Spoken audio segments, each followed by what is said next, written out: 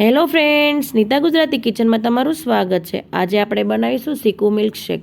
Instant બની જતો આ ચીકુ મિલ્કશેક તો હવે આપણે બનાવી લઈશું। હવે આપણે ચીકુ મિલ્કશેક બનાવી લઈશું। મેં 6 થી 7 નંગ જેટલા ચીકુ લીધા છે। ચીકુ આપણે કડક લેવાના છે, બહુ પોચા હોય તેવા નથી લેવાના, એનો ટેસ્ટ એટલો સરસ નહીં આવે। વજનમાં 200 ગ્રામ। હવે આપણે તેની ચાલ કાઢી લઈશું। મેં અહીંયા બધા જ ચીકુની વારાફરતી ચાલ કાઢી લીધી છે, તમે જોઈ શકો છો।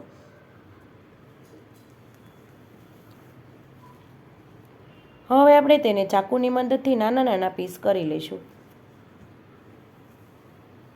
અને વચ્ચેથી આપણે બીનો ભાગ કાઢતા જશું। એ વાતનું આપણે ખાસ ધ્યાન રાખીશું કે બી અંદર ના જાય। આવી જ રીતના આપણે બધા ચીકુના બી કાઢી લઈશું અને કટકા કરી લઈશું। તમે જોઈ શકો છો બધા ચીકુના સારી રીતના પીસ થઈ ગયા છે। હવે આપણે તેને ક્રશ કરી લઈશું। મેં એક મિક્સર જાર લીધો છે। મિક્સર જાર આપણે મોટો લેવાનો છે, જેથી સારી રીતના ક્રશ થાય અને સારી રીતના બધો મિક્સ થઈ જાય।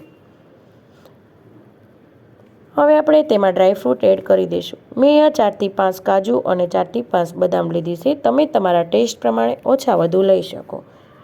2 થી 3 પીસ જેટલા ખજૂરના લીધા છે।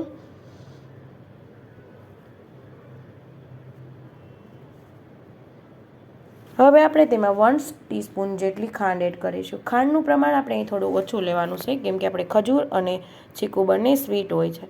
હવે આપણે તેને ક્રશ કરી લઈશું। તમે જોઈ શકો છો એકદમ સરસ મજાનો ચીકુ આપણા ક્રશ થઈ ગયા છે। હવે આપણે ઉપરથી તેમાં દૂધ એડ કરીશું। ક્રશ કરતી વખતે આપણે જોડે દૂધ એડ નથી કરવાનું। હું અહીંયા 1 ગ્લાસ જેટલું દૂધ એડ કરીશ। ફરી એક વખત આપણે ક્રશ કરી લઈશું। તમે જોઈ શકો છો એકદમ સરસ મજાનો આપણો ચીકુ મિલ્કશેક બનીને રેડી છે અને એકદમ સરસ મજાનું ક્રશ થઈ ગયું છે। ચીકુ મિલ્કશેક આપણે બહુ પતલો નથી કરવાનો, ઠીક જ રાખવાનો છે। હવે આપણે તેને સર્વિંગ ગ્લાસમાં કાઢી લઈશું તો તૈયાર છે એકદમ સરસ મજાનો ઠંડો ઠંડો ચીકુ મિલ્કશેક। હવે આપણે તેને કાજુ બદામથી ગાર્નિશિંગ કરી લઈશું।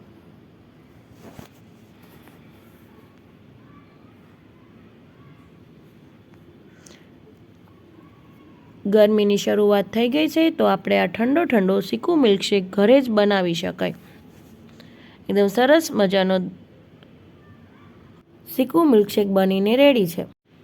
માર્કેટમાં મળતો ચીકુ મિલ્કશેક હવે ઘરે જ બનાવો, ખૂબ જ ઓછા સમયમાં અને ખૂબ જ સરળ રીતે બનાવી શકાય। આ ચીકુ મિલ્કશેક પ્રોટીનથી ભરપૂર અને શરીરને ઠંડક આપે એવો સરસ મજાનો ચીકુ મિલ્કશેક બનીને રેડી છે। ફ્રેન્ડ્સ, તમને આજની મારી રેસીપી કેવી લાગી તે મને કોમેન્ટ બોક્સમાં કોમેન્ટ કરી જરૂરથી જણાવજો। જો ફ્રેન્ડ્સ તમને આજનો મારો વિડીયો ગમ્યો હોય તો તેને લાઇક કરજો, શેર કરજો અને સબસ્ક્રાઈબ કરવાનું ના ભૂલતા। બાજુમાં રહેલા બેલ આઇકન પર ક્લિક કરજો, જેથી બધા જ વિડીયો તમને સૌથી પહેલાં મળે। ફરી મળીશું એક નવી રેસીપી સાથે। બાય।